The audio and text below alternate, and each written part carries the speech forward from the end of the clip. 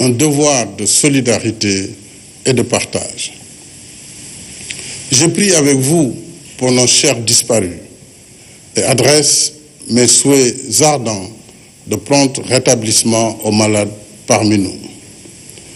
Je me réjouis de nos acquis dans la quête d'une paix durable en région naturelle de Casamance. Cette dynamique positive sera résolument confortée par la mise en œuvre intégrale des politiques et mesures d'accompagnement en exécution. Je salue nos compatriotes de la diaspora. Je leur redis notre appréciation pour la contribution précieuse qu'ils apportent à nos efforts de développement et de solidarité nationale. Je renouvelle mes chaleureux à notre équipe nationale de football de plage, championne d'Afrique en titre. Puisse son exemple inspirer les Lions que j'encourage vivement sur la route de la CAN 2017.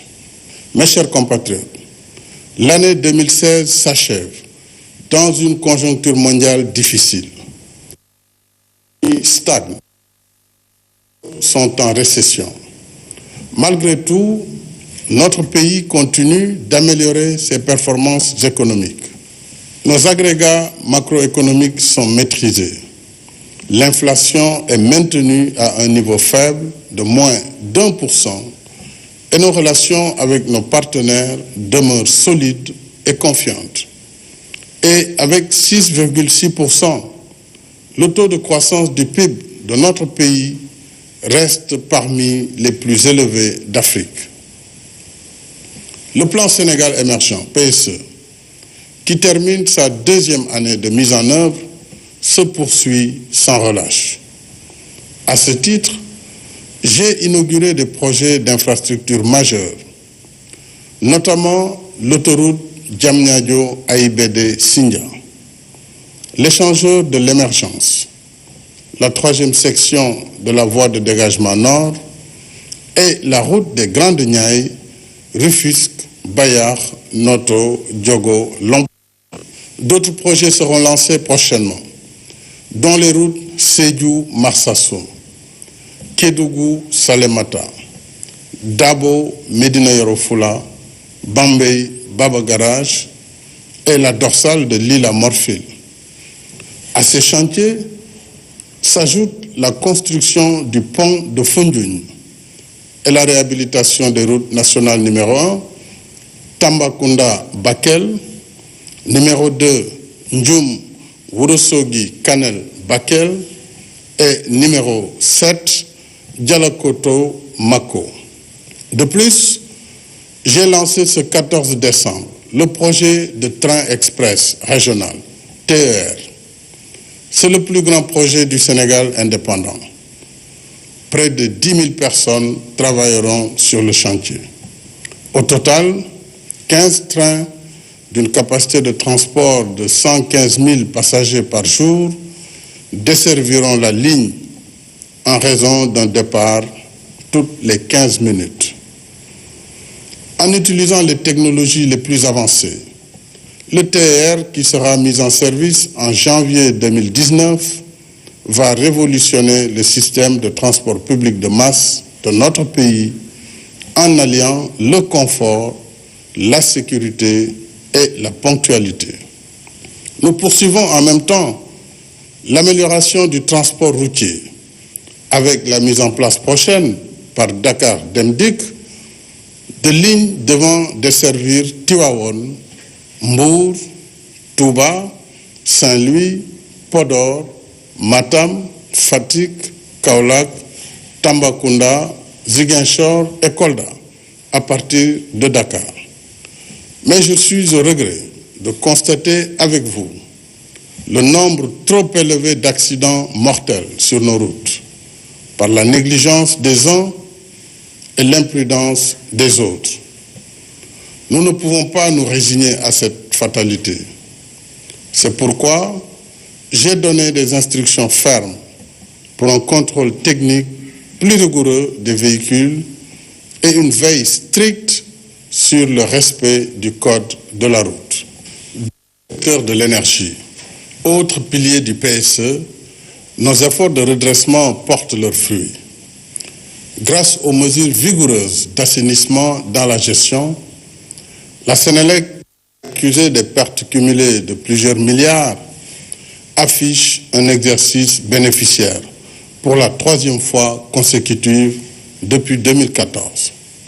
La fourniture d'électricité connaît une nette amélioration. Ainsi, de 912 heures en 2011, le temps moyen annuel de coupure a été réduit à 73 heures en 2016. Rien que pour l'année 2016, la Sénélec a en service 270 MW additionnels, soit plus de la moitié de ses capacités cumulées en 2015, qui étaient de 510 MW. Voilà ce qui a permis d'améliorer considérablement la qualité et de donner à des milliers de Sénégalais l'accès à l'électricité. Ces efforts seront consolidés. Après la mise en service des centrales solaires de Bokol et Malicounda, 6 autres projets d'énergie solaire et éolienne seront achevés d'ici 2018, confortant ainsi notre politique de mix énergétique. Avec tous ces acquis, mes chers compatriotes, j'ai le plaisir de vous annoncer une baisse de 10% sur le prix de l'électricité à compter du premier bimestre 2017, dont les modalités seront fixées par la Commission de régulation du secteur de l'électricité. Cette baisse représente un gain de 30 milliards en faveur des consommateurs. Mieux, grâce à nos récentes découvertes de gaz et de pétrole, de nouvelles opportunités s'offrent à notre pays d'assurer son indépendance énergétique. L'exploitation prochaine de ces importantes ressources exige dès à présent une préparation sérieuse, méthodique et sereine. À cet effet, j'ai mis en place un comité d'orientation stratégique du pétrole et du gaz, le COS Pétrogaz. Cette instance multisectorielle est chargée d'assister le président de la République et le gouvernement dans la définition des meilleures stratégies pour favoriser l'exploitation transparente et optimale de nos ressources pétrolières et gazières au bénéfice des générations actuelles et futures. J'ai aussi décidé de créer un Institut national du pétrole et du gaz pour doter notre pays des meilleures expertises dans les différents métiers du pétrole et du gaz. Ce soir, mes chers compatriotes, je suis également heureux de vous annoncer les progrès significatifs dans notre quête de l'autosuffisance alimentaire. Pour la présente campagne, pratiquement toutes les productions sont en hausse. La récolte du riz a progressé avec 950 779 tonnes, un niveau jamais atteint. Au total, la production céréalière s'élève à 2 247 094 tonnes et la production horticole cumule à 1 206 810 tonnes, dont 91 000 exportées. Une performance également sans précédent. En définitive, seule la récolte d'arachide a accusé un très léger recul, avec 997 593 tonnes, contre 1 050 042 tonnes en 2015. En soutien aux producteurs, le prix du kilogramme d'arachide a été relevé de 200 à 210 francs. Si notre agriculture a amélioré ses résultats, malgré une pluviométrie à déficitaire, c'est parce que nous avons consenti des investissements substantiels sur les autres facteurs de production, avec une meilleure sélection des semences, et une mécanisation progressive. En effet, sur les 3 dernières années, le parc mécanique agricole a été renforcé de 850 tracteurs et de plus de 60 000 autres équipements, notamment des moissonneuses-batteuses, décortiqueuses et semoirs. L'élevage et la pêche, parce qu'ils constituent avec l'agriculture les sources nourricières de notre pays, restent aussi au cœur de mes priorités. C'est tout le sens de la 3e édition de la journée de l'élevage, sous le thème « Enjeux et défis d'un financement optimal pour l'émergence du sous-secteur de l'élevage ». En conformité avec les recommandations de cette édition, le gouvernement mobilisera 31 milliards de francs CFA à travers 2 projets d'appui au pastoralisme, dont l'un est déjà en cours d'exécution. Une attention soutenue sera accordée à la lutte contre le vol de bétail, y compris par le renforcement substantiel des peines prévues à cet effet. Comme je l'avais annoncé à la même occasion l'année dernière, la modernisation du secteur de la pêche et de l'économie maritime s'est poursuivie. Ainsi, la construction des quais de débarquement modernes de Yoff, Ngaparou et Pointe-Sarène, de même que l'aménagement d'aires de traitement et de transformation des produits de la pêche à Bargny, Fass Boye et Gokhoumbach sont terminés. Les travaux sont en cours pour les quais de Soumbédioune, Goudomp, Bargny et Potou, ainsi que pour les aires de traitement et de transformation des produits de la pêche de Pencum Sénégal à Thiaroye, de Mbao, de Ndépé, Rufisque et Kafountine. Pour la sécurité des acteurs de la pêche artisanale, le stock de gilets de sauvetage a été reconstitué à hauteur de 20 000 unités. J'ai également le plaisir d'annoncer que la vocation maritime de notre pays sera considérablement renforcée avec le lancement prochain de 2 projets de grande envergure. Le port à conteneurs de Ndayan et le port minéralier et vraquier de Bargny-Sendou. Avec ces 2 infrastructures de classe mondiale, de nouvelles activités maritimes se feront jour et notre pays confortera son standing de hub maritime et logistique international. S'agissant du secteur vital de l'hydraulique, 2017 verra le démarrage du chantier de la 3e usine de Keur Momar Sarr. Les études techniques du projet d'unité de dessalement de l'eau de mer au Mamel et de renouvellement de 460 km de conduite d'eau à Dakar seront aussi achevés. À terme, les besoins en eau potable pour Dakar, Diamniadio et la Petite Côte seront sécurisés pour 20 ans. J'accorde la même priorité à l'hydraulique rurale, dont le programme de 300 forages démarré en 2013 est en cours d'exécution. 210 forages et 13 stations de pompage étant réalisées et 45 localités principales desservies en 2016. Au total, ces réalisations ont permis à 630 000 personnes d'avoir accès à l'eau potable. Mes chers compatriotes, malgré nos avancées significatives, des zones entières de notre pays, comme oubliées depuis des années du processus de développement, restent encore dépourvues de services publics. À l'occasion de mes visites à l'intérieur du pays, je vois encore des villages entiers isolés du reste du pays, sans accès à l'eau et à l'électricité. Je vois le quotidien pénible des femmes de tous âges, endurant toutes sortes de corvées insupportables. Je trouve injuste qu'au XXIe siècle, nos mères, nos épouses, nos sœurs et nos filles continue d'exécuter des tâches d'un autre âge. J'ai à cœur de réparer les grandes injustices qui pénalisent des millions de Sénégalaises et de Sénégalais. C'est pourquoi j'ai inscrit l'équité territoriale et le développement solidaire et inclusif au cœur des priorités du PSE.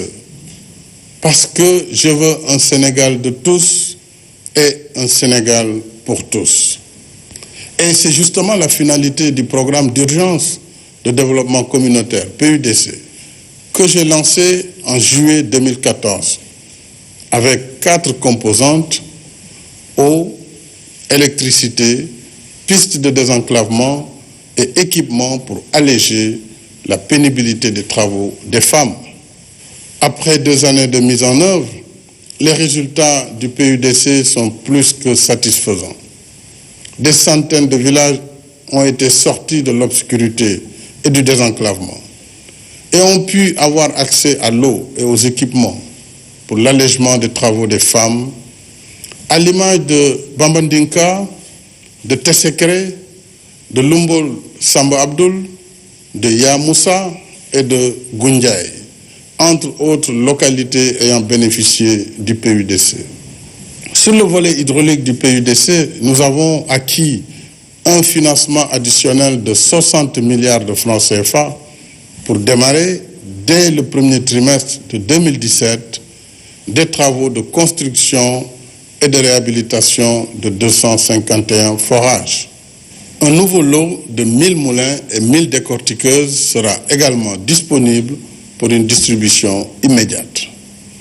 Je suis très encouragé par les témoignages me parvenant directement des populations bénéficiaires du PUDC, comme celui du maire de la commune de Djinani, qui renseigne, après l'édification de la piste Djinani-Medina Wandifa, que le trajet qui durait de 3 à 4 heures entre ces deux localités distantes de 23 km seulement se fait désormais en 25 minutes.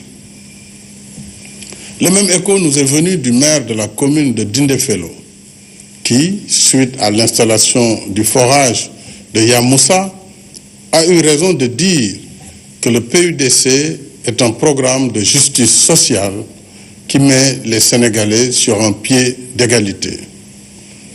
Au regard de ces résultats probants, j'ai demandé au gouvernement d'initier sans tarder la deuxième phase du PUDC pour 2017-2019.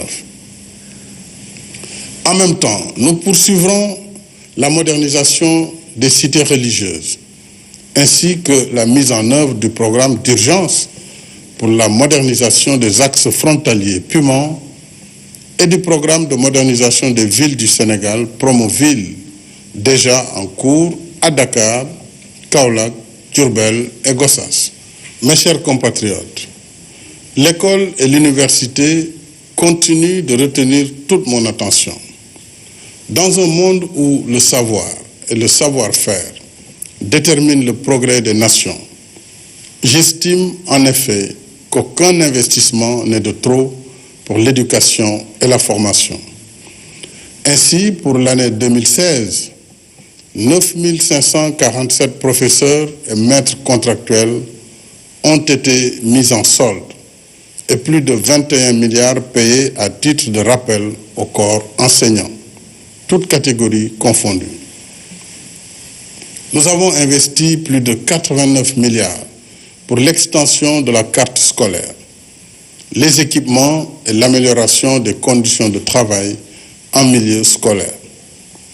Le programme de résorption des abris provisoires sera étendu à 2714 établissements en 2017 pour 6600 classes à remplacer. Pour des campus universitaires plus accueillants, le programme de 30 000 lits pour le logement des étudiants, qui a déjà démarré à Dakar et Saint-Louis, sera poursuivi en même temps que la construction de nouveaux restaurants. Avec l'adoption de la loi sur les universités publiques et celle portant sur la réforme des titres et grades, nous avons créé le cadre pour une meilleure gouvernance de l'enseignement supérieur. Au total, l'investissement consacré à l'enseignement supérieur sur la seule période 2015-2017 mobilisera 302 milliards de francs CFA. Au regard de tous nos efforts, nous devons aussi réfléchir sur la qualité de notre système éducatif, sur ses performances et son adéquation aux besoins du marché de l'emploi. Des mutations s'imposent si nous voulons que notre système reste au contact du progrès. En plus du renforcement du quantum horaire des filières scientifiques et techniques, j'ai donc fixé au gouvernement l'objectif d'orienter au moins 30% des élèves issus du cycle fondamental vers la formation professionnelle et technique. À cet effet, 25 nouveaux centres de formation seront construits